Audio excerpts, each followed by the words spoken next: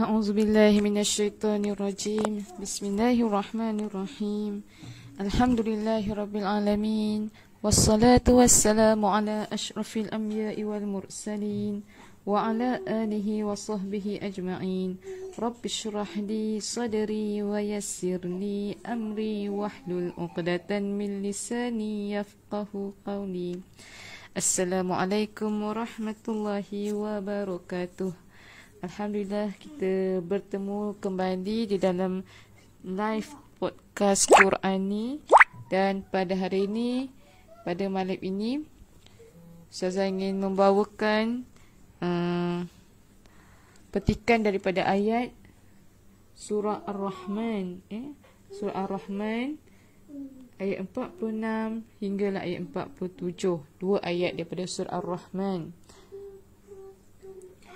di mana dalam ayat ini Allah menceritakan, Allah mengkhabarkan berkaitan tentang darjat khusyuk. Darjat khusyuk. Apakah darjat khusyuk yang ada?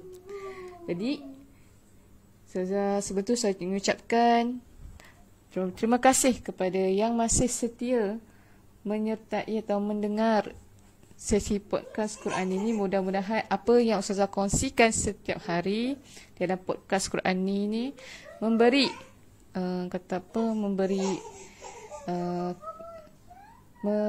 menyuluh kebenaran, memberi petunjuk, memberi kesedaran, memberi kesedaran kepada kita. Sama-sama kita menghayati isi kandungan dalam Al-Quran. Bukan sekadar kita membaca semata-mata, tapi kita sama-sama menghayati apa yang Allah khabarkan dalam Al-Quran supaya kita boleh ambil iktibar dan pengajaran padanya, insya-Allah. Baik, ayat yang ke-46 dan ke-47 daripada surah Ar-Rahman. A'udzubillahi minasyaitonirrajim. Waliman khafa maqama rabbih jannatan. Fabi'ayyi ala'i rabbikuma tukazziban.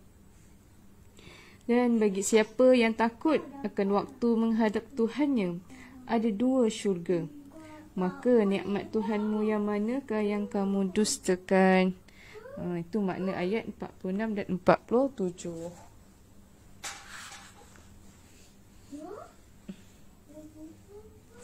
Baiklah.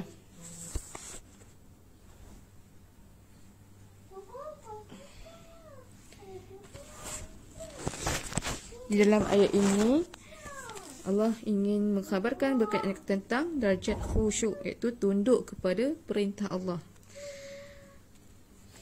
Penyusun kitab Manazil Al-Sa'irin berkata, khusyuk adalah ketundukan jiwa dan kepatuhan tabiat kepada seseorang yang diagungkan atau disegani. Itu makna khusyuk. Menurutnya, khusyuk dapat dikategorikan menjadi 3 darjat. Yang pertama, tunduk kepada perintah, pasrah kepada hukum dan merendahkan diri kerana melihat kebenaran. Itu makna khusyuk.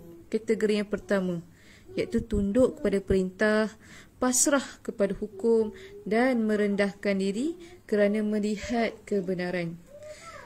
Tunduk pada perintah bermaksud menerima, melaksanakan dan mengikuti perintah, menyelaraskan zahir dan batin, menampakkan kelemahan, memperlihatkan keinginan terhadap petunjuk pelaksanaan perintah itu sebelum melaksanakannya, pertolongan ketika melaksanakannya dan penerimaan setelah pelaksanaannya.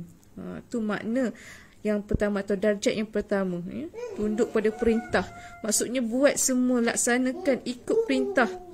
Menampakkan kelemahan, maksudnya kita menunjukkan kita ni betul-betul lemah di depan seseorang yang sangat kita segani. Itu maksud khusyuk. Kita memperlihatkan keinginan kita, memperlihatkan kesungguhan kita, keinginan kita tu terhadap perintah yang kita kita laksanakan perintah dia tanpa banyak soal. Itu maksudnya maksudnya khusyuk. Kemudian yang kedua, pasrah kepada hukum. Pasrah kepada hukum iaitu bererti pasrah kepada hukum-hukum syariat.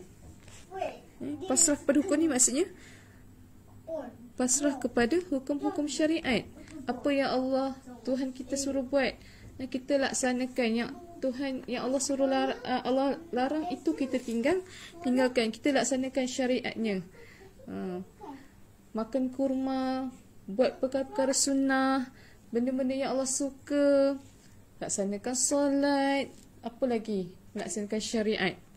Menutup aurat, berpakaian longgar. Itu mengikut syariat, patuh kepada syariat, pasrah kepada syariat. Iaitu dengan kata lain, tidak menentangnya dengan berdasarkan kepada pendapat atau nafsu. Itu maksud yang derajat yang ketiga, ya, tunduk kepada perintah atau pasrah kepada hukum. Maksudnya kita patuh perintah Allah, kita patuh syariat-syariat yang Allah dah tetapkan untuk kita sejak azali. Tak ada banyak soal. Tak ada kita ikut nafsu. Boleh ke pakai tudung macam ni? Tak apalah. Pendek sikit. Bukannya masalah. Itu ikut pendapat kita je.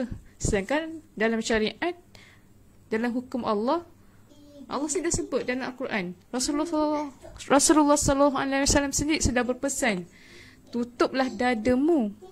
Dalam Al-Quran, Allah kata, tutuplah dadamu, wahai wanita, wahai perempuan, tutuplah dadamu. Maksudnya, kalau wanita, pakailah tudung menutup, labuhkan tudung kamu. Labuhkan tudung sehingga menutup dada. Bukan pakai tudung tapi nampak dada. Pakai tudung tapi ikat dekat leher. Itu maksudnya. Sedangkan dalam syariat, Allah pesan, Allah kata sih, wahai perempuan, wahai wanita, tutuplah dadamu. Allah tak kata tutuplah lehermu. Allah kata tutuplah dadamu. Maksud ayat tu, Allah nak pesan kepada kita, wahai wanita, pakailah tudung, labuh sampai ke bawah dada. Tutup dada kita sebab dada ni aurat. Memanglah zahirnya kita memakai baju, kita tutup dengan baju. Tapi pada pandangan seorang lelaki ajnabi, dia nampak bentuk bukit-bukit itu pun dia dah bernafsu. Sebab tu kenapa Allah syariatkan kepada wanita supaya labuhkan tudung sehingga ke bawah dada. Sebab inilah Allah nak menjaga mata-mata pandangan-pandangan ajnabi ni. Maksudnya pandangan orang luar. Kita nak tutup mata-mata orang lelaki. Saya teringatlah satu kisah ni ketika zaman saya belajar dulu kat UiTM. Sebab saya ni bukanlah nak kata golongan ustazah-ustazah sangat masa tu, tak juga. Tapi bila ada kawan-kawan, saya boleh kata sahabat ni, sahabat lah, daripada persatuan Islam, bila kita lalu sebelah mereka ni, mereka tunduk je. Saya kata dalam hati, apa salah mereka tunduk ni, segan ke? Bila kita dah belajar baru kita faham, rupanya mereka tundukkan pandangan, malu, segan kalau ternampak aurat kita ke apa ke. Itu itu tentang pasrah kepada hukum. Kemudian atau juga pasrah kepada hukum ni atau boleh juga diartikan sebagai pasrah kepada hukum takdir, yakni redha terhadap takdir dan tidak marah terhadapnya. Redha dengan takdir yang telah ditentukan oleh Allah. Redha dengan takdir yang Allah berikan.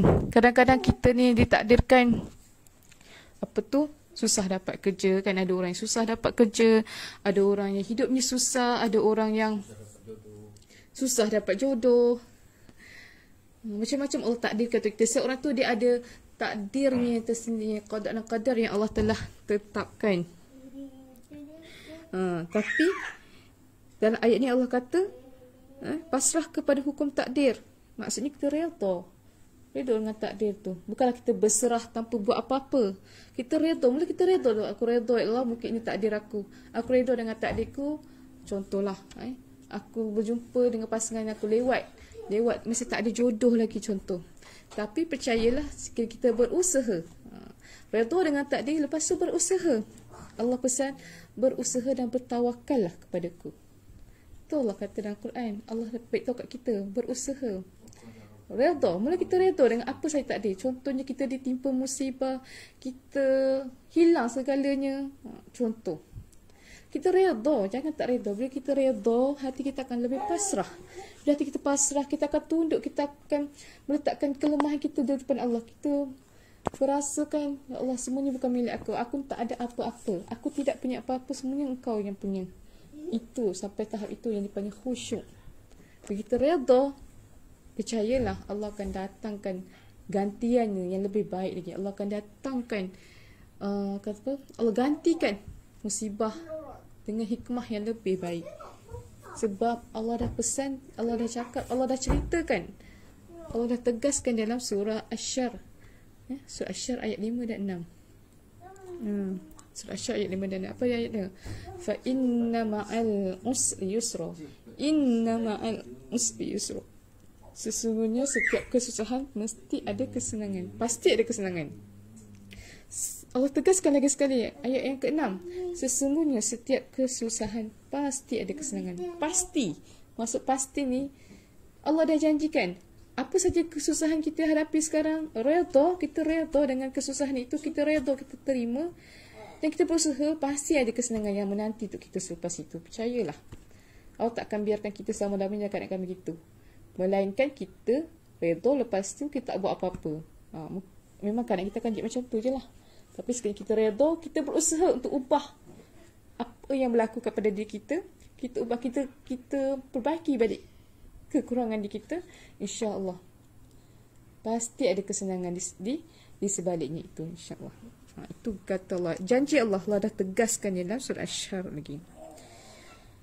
Okay, dan seterusnya, merendahkan diri kerana melihat kebenaran. Merendahkan diri kerana melihat kebenaran. Apa maksudnya? Artinya, hati dan anggota tubuh yang merendahkan diri kerana melihat Allah. Bahawa Allah melihat sekecil apa pun yang ada di dalam hati dan anggota tubuhnya. Itu maksudnya. Merendahkan diri kerana melihat kebenaran. Kita lihat sajalah diri kita kan. Contohnya, kita tengok jantung. Boleh tak kita masuk badan, tangan kita ni kita masuk dalam badan kita, kita pegang jantung, kita perah. Kita pam jantung kita. Mampu kita nak perah, pam jantung tu? Tentu kita tak mampu nak buat semua tu. Tetapi, semua tu Allah gerakkan. Kita tak boleh nak bayangkan macam mana ni darah tu mengalir, dia boleh pam sendiri, macam ada mesin pula kat dalam badan ni. Itu yang dikatakan dalam ayat ni. Merendahkan diri kerana melihat kebenaran. Maksudnya, semua yang ada pada kita ni, semuanya Allah punya. Jadi kita merasakan, ya Allah. Jadi kita kena patuh taat kepada Allah sebab Allah yang menguasai diri kita, menguasai sekeliling kita, menguasai apa yang ada di langit dan di bumi. Maka kita tanggungjawab kita adalah mentaati dan melaksanakan perintah Allah. Iaitu dengan khusyuk dalam solat, tunduk pada perintah Allah. Baik, yang kedua, memperhatikan penghalang jiwa dan amal, melihat kelebihan orang lain di atas dirimu, menghembuskan angin kefanaan. Memperhatikan penghalang jiwa dan amal artinya melihat kekurangan, keaiban diri dan amal. Kerana demikian ini boleh membuat hati menjadi khusyuk. Perhatikan apa yang menghalang jiwa kita. Lihatkan kekurangan diri kita. Bila kita kata muhasabah ni lah maksudnya muhasabah. Kita lihat balik diri kita ni. Kita lihat balik kekurangan kita. Kita muhasabah diri kita. Apa kesalahan kita buat? Apa dosa, sekecil-kecil dosa yang kita buat hari ini? Itu yang menjadikan kita rasa taat dan tunduk kepada Allah. Allah, setiap hari sebenarnya adalah tapisan daripada Allah. Setiap hari kita ni ditapis oleh Allah. Tapisan iman. Allah nak tapis iman kita. Allah tapis iman kita setiap hari. Bila kita buka saja mata pagi, kita dah ditapis oleh Allah. Iman kita, amalan kita, ibadah kita. Jadi sebenarnya setiap manusia bila bergelar manusia tak pernah terlepas dari dosa. Tak pernah terlepas dari dosa. Setiap hari pasti satu sekecil-kecil dosa yang kita buat. Sekecil-kecil dosa yang kita buat. Mungkin terlintas di hati saja benda yang tak baik. Sekecil-kecil dosa. Jadi bila kita sedar yang kita ni adalah manusia yang banyak kealpaan, banyak kehinaan, banyak kelemahan, maka di situlah wujudnya hati kita menjadi lebih khusyuk, lebih taat dan lebih patuh kepada perintah Allah. Kita sedang kita lemah dan Allah yang paling kuat dan berkuasa.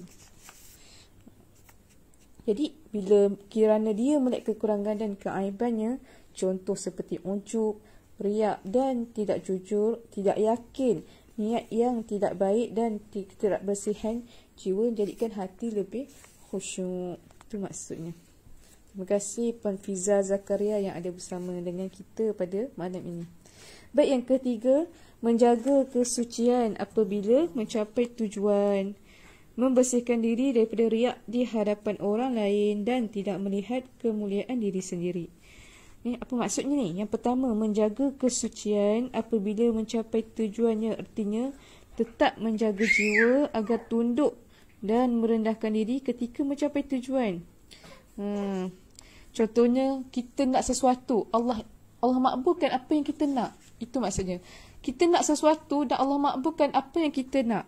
Waktu tu Allah sedang menguji iman kita, Allah sedang menguji jiwa kita, hati kita. Adakah kita ni bangga, riak, sombong apabila kita dah capai sesuatu tu, kita dah capai kejayaan tersebut? Adakah kita rasa diri kita lebih mulia daripada orang lain ketika itu? Sebab itulah Allah kata dalam ni, nak tunduk, nak jadi kita lebih khusyuk, lebih taat dan patuh tunduk kepada perintah Allah. Jagalah kesucian hati kita, bersihkan jiwa kita daripada sifat riak. Itu maksudnya. Kemudian, membersihkan diri daripada riak di hadapan orang lain. Artinya tidak hanya disebutkan oleh usahanya membersihkan diri daripada riak. Ini lagi satu maksudnya. Membersihkan diri daripada riak di hadapan orang lain. Tadi menjaga kesucian. Ini membersihkan diri daripada riak di hadapan orang lain. Maksudnya, tidak hanya disebutkan oleh usahanya membersihkan daripada riak. Bukan sekadar bersihkan diri daripada bersikap sombong. Riak tu maksudnya bersikap sombong. Dengan kata lain, dia menyembunyikan keadaan dirinya di hadapan orang lain seperti kekhusyukan dan ketundukannya agar orang lain tidak melihatnya, lalu membuatnya berasa bangga. Itu lagi satu. Kita nak jauhkan diri pada orang lain ni, takut. Kita takut orang nampak kita khusyuk, kita takut orang nampak kita tawaduk sangat. Kita nak orang tengok, tapi ketika kita lari tu, kita pula rasa bangga seorang diri. Tu level yang tinggi. Bangga seorang diri, bangga aku dah buat baik, bangga aku tak menunjuk dekat orang lain. Bangga dengan diri sendiri pun, walaupun orang tak nampak pun, itu pun sifat riak juga. Jadi mohon kita pun jaga perasaan itu. Jadi kan membersihkan diri daripada riak di hadapan orang lain. Tidak melihat kelebihan diri sendiri, artinya tidak melihat kemuliaan dan kebaikan dirinya kecuali kebaikan itu datang daripada Allah. Itu makna yang ketiga. Tidak melihat kelebihan diri sendiri, maksudnya kita melihat yang apa yang ada itu, kebaikan itu sebenarnya datang daripada Allah. Allah yang memberi kebaikan itu kepada kita. Allah yang memberi kelebihan itu kepada kita. Contoh, pandai bercakap. Orang lain mungkin tak, dia segan nak bercakap kat depan kan, segan nak bercakap di khalayak ramai, tapi kita mampu bercakap di khalayak ramai. Baik, janganlah berbangga dengan kelebihan itu, sebab kelebihan itu Allah yang bagi. Dan Allah boleh cabut kebaikan itu, kelebihan yang kita ada itu, bila masa dia nak. Itu maksud ayat ni. Sebab tu apa saja kita ada, sentiasa ucapkan syukur. Alhamdulillah. Alhamdulillah, terima kasih ya Allah. Sentiasa ucapkan Alhamdulillah, terima kasih ya Allah kerana beri aku nikmat ini. Terima kasih ya Allah kerana beri aku kelebihan ini. Terima kasih. Hari-hari kita kena ucapkan terima kasih kepada Allah setiap nikmat yang Allah bagi, walaupun sekecil nikmat. Contoh hari ini kita dapat makan. Terima kasih ya Allah, Alhamdulillah. Terima kasih bagi aku rezeki dapat makan hari ini. Sebagai tanda kita bersyukur kepada Allah. Sebab ada orang yang tak dapat makan apa yang kita makan kat sekarang.